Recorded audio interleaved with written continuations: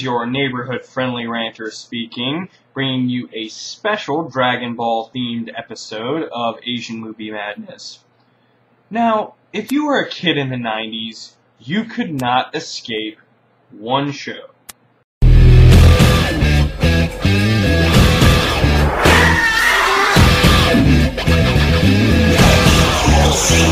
Now, this is essentially the first show that ever really brought anime as we know it to a wide American audience. And, of course, with that, they have to make live-action adaptations to cash in on that popularity. Now, for most of us in the States, when we think of Dragon Ball adaptations, we probably instantly think of the 2008-2009 adaptation starring Justin Chatwin. But surprise, motherfucker! There's actually another live-action version that is an unofficial Dragon Ball release called Dragon Ball: The Magic Begins. Now, usually I don't do a plot-by-plot synopsis of a movie, but for this one, I think I can make an exception. We start out with the coronation of a village chief who's being entrusted with a sacred dragon pearl that protects their village, when suddenly the village is attacked by flying watermelon seeds. Is it sad that I thought a little bit of Takeshi's Castle watching this scene? Don't get eliminated! It's here where we can really see those awesome special effects that were totally up to date at the time and hold up extremely well under scrutiny. Essentially, this scene serves as little more than the introduction of our big baddie. Who could it be from the Dragon Ball universe? King Piccolo, Garlic Jr.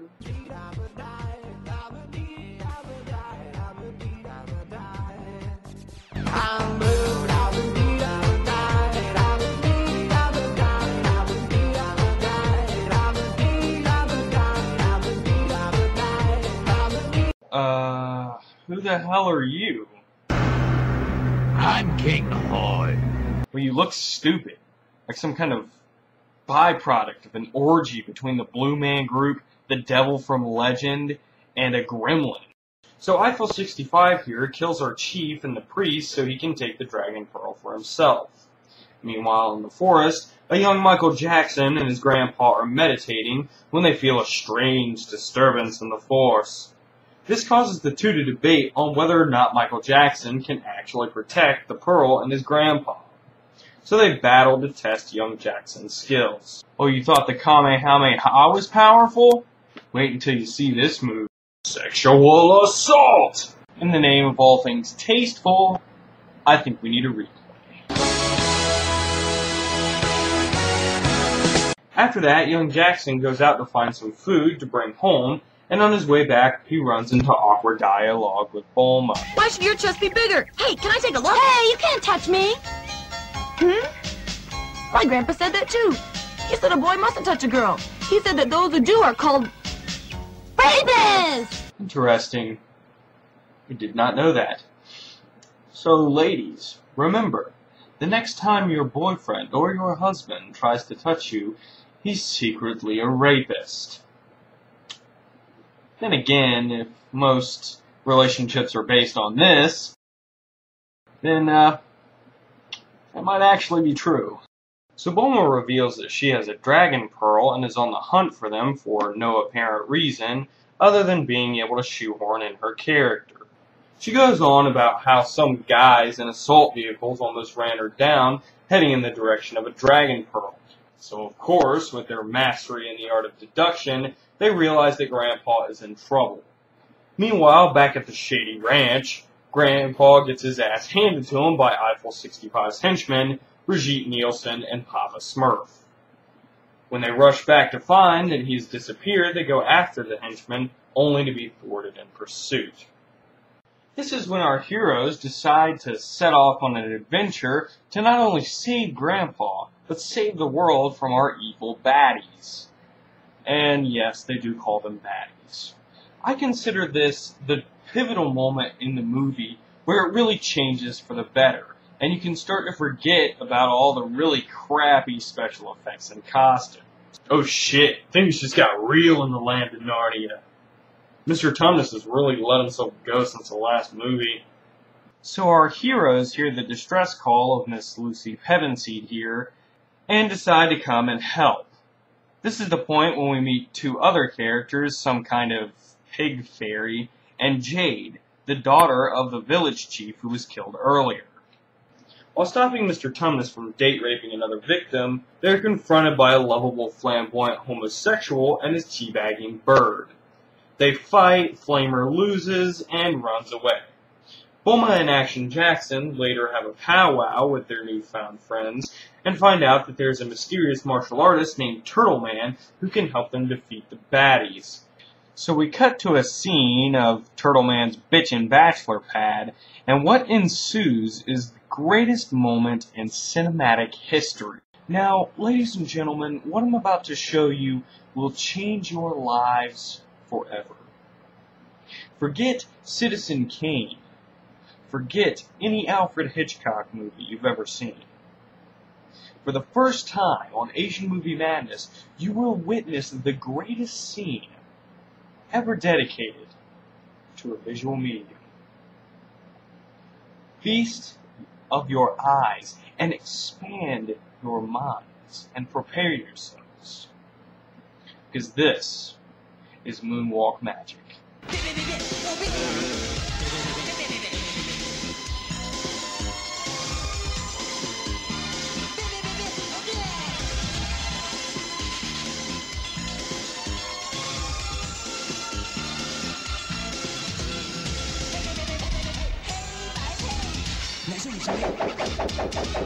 Magic cloud!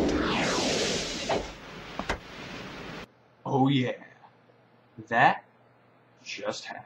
So after a ridiculous misunderstanding subplot and forcing the Flamer to give up his Dragon Pearl, Turtle Man agrees to help them and give them his own personal Dragon Pearl under the condition that Bulma show him her breasts. And of course, since this is a child's movie, they convinced Mr. Tumnus to transform into Bulma so that she won't have to objectify herself. So, how do you transition into a scene where a woman's supposed to expose her breasts in a children's movie? By dancing. Duh.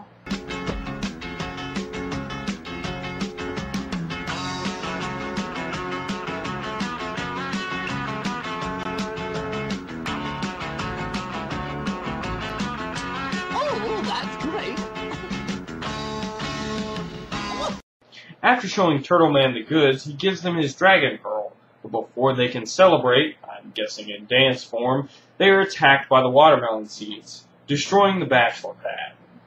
This causes all of our characters to band together to form the League of Extraordinarily Bad Wardrobes. They return to the first village to confront Eiffel 65, and a battle ensues, resulting in multiple people dying and one person exploding.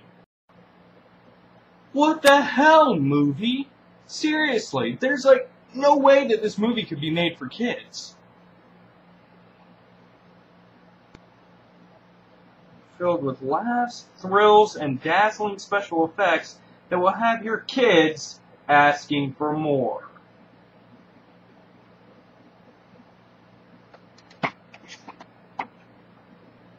Sexual deviants, pedophiles, women exposing themselves, and people exploding, and this is a kids' movie.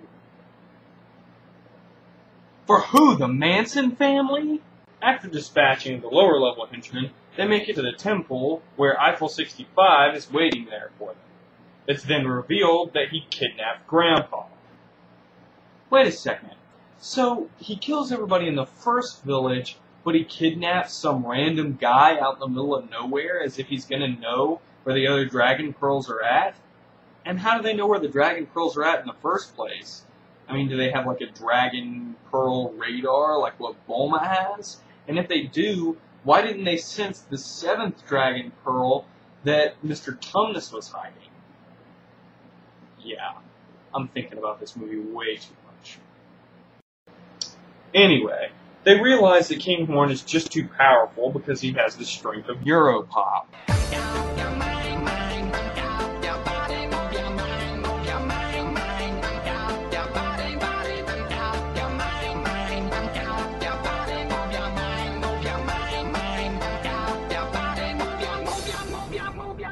Move your body, everybody, move your body. Come on now, everybody, move your body,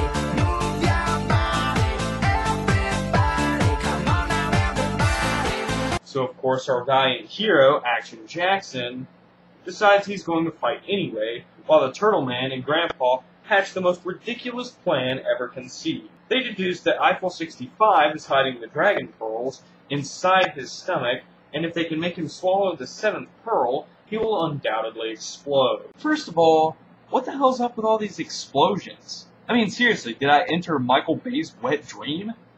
Secondly, of all the places you could hide something, his stomach?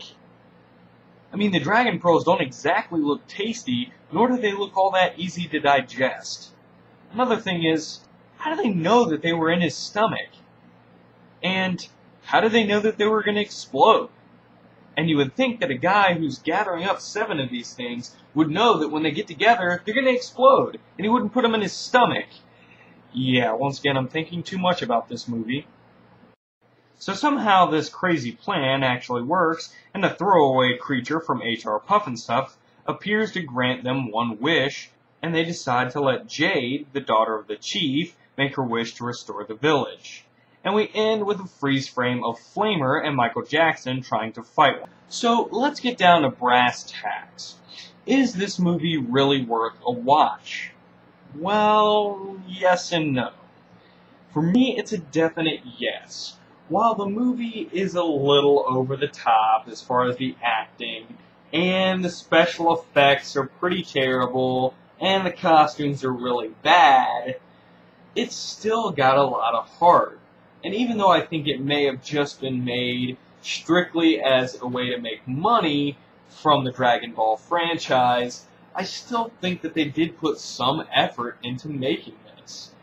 So, when I think of a movie as far as so bad that it's good, this movie would definitely be one of those movies. And if you don't mind a whole lot of cheesy, campy graphics, effects, awkward dialogue, that kind of thing, this is right up your alley. If you're looking for a good martial arts movie with great special effects, this is not it. So my recommendation is that if you can, check this movie out. If nothing else, but to put it in when you're with your friends and make a riff tracks. It's relatively short on the runtime, so it doesn't seem to be too long as far as, it doesn't seem to wear out its welcome. So that is my review of Dragon Ball: The Magic Begins.